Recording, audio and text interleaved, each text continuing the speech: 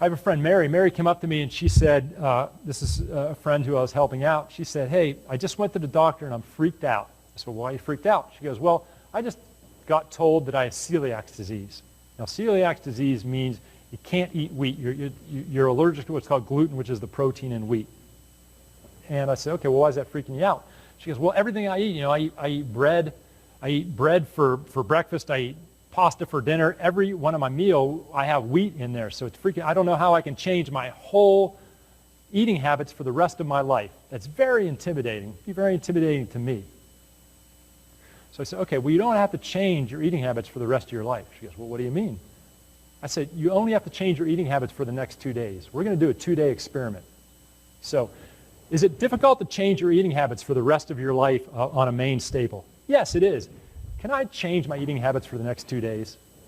Yeah, that's pretty easy. I can do that.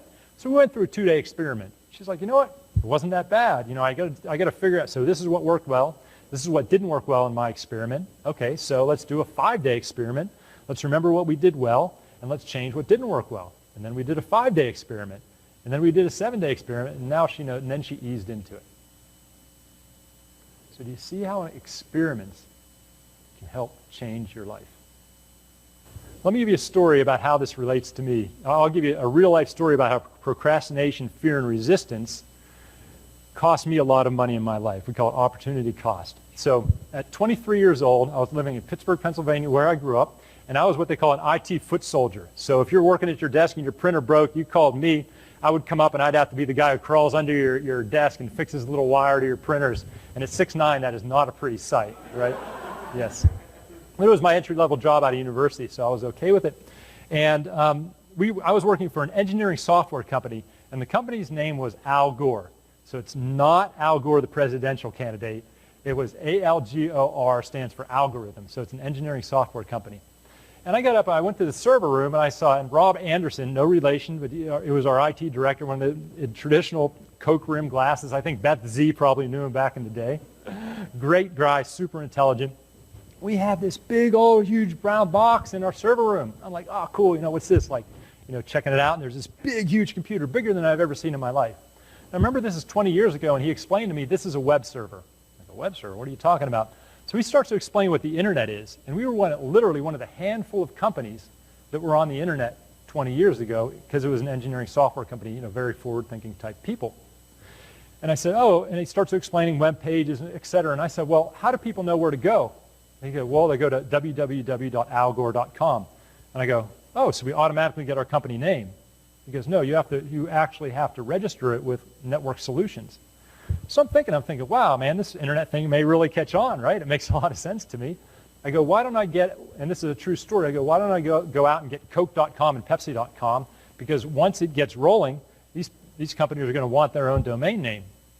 Now, does anybody know or remember how much it was to register a domain name 20 years ago with Network Solutions? I think $300. Yeah, it's not like GoDaddy, $14.90, $5.99. It was $300. So to get Coke.com and Pepsi.com, I would have to invest $600. Now, in Pittsburgh, Pennsylvania, 20 years ago, that equals 600 beers. Yes.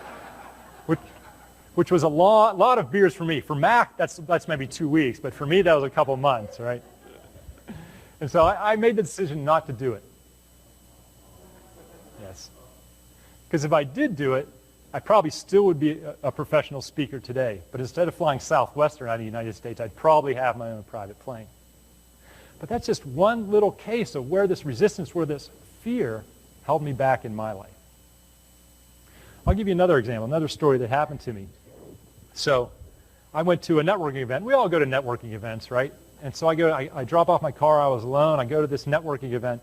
I walk over and I see this semicircle of 3 people standing there. And I could tell by their body language they didn't really know each other. So it's the perfect opportunity for me just to go and slip up and start chatting with people. So I go up, and out of the corner of my eye, I spot the bar. And for some unknown reason, instead of going up to join these people, I make a beeline to the bar. I get my little drink, and 3 minutes later, here I am. I'm sipping on my drink by the bar. I have the bar guarding my right shoulder, and I'm standing alone at this networking event. Right? Can anybody relate to this?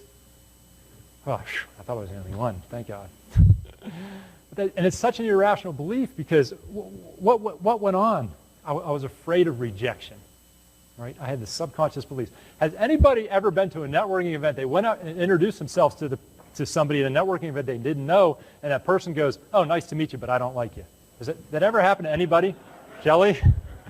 Use more gum. It really helps get over that thing. Okay. But it's such an irrational belief, right? Because we're all there to meet people at a networking event, yet this changed my behavior. And that's what we're talking about. All these little times where we can really go for it in life, yet we have this little thing holding us back that we never know why it does it.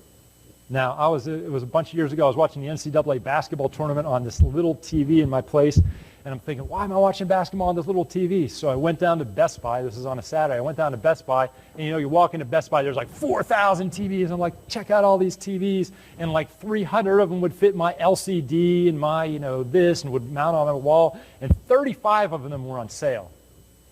An hour later, I'm back at my place without a TV. I didn't pull the trigger. What happened? Anybody want to guess? Overwhelmed. I didn't want to make the wrong decision. I wanted to make the perfect decision. How many times has this happened? You wanted to buy the perfect dress, the perfect shoes, the perfect house, and never pulled that trigger.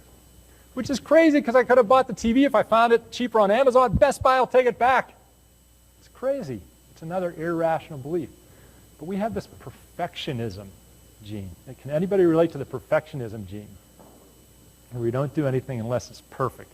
It's a tough one, huh? I presented in Birmingham, Alabama, and I go out to dinner with a couple of the guys after I presented.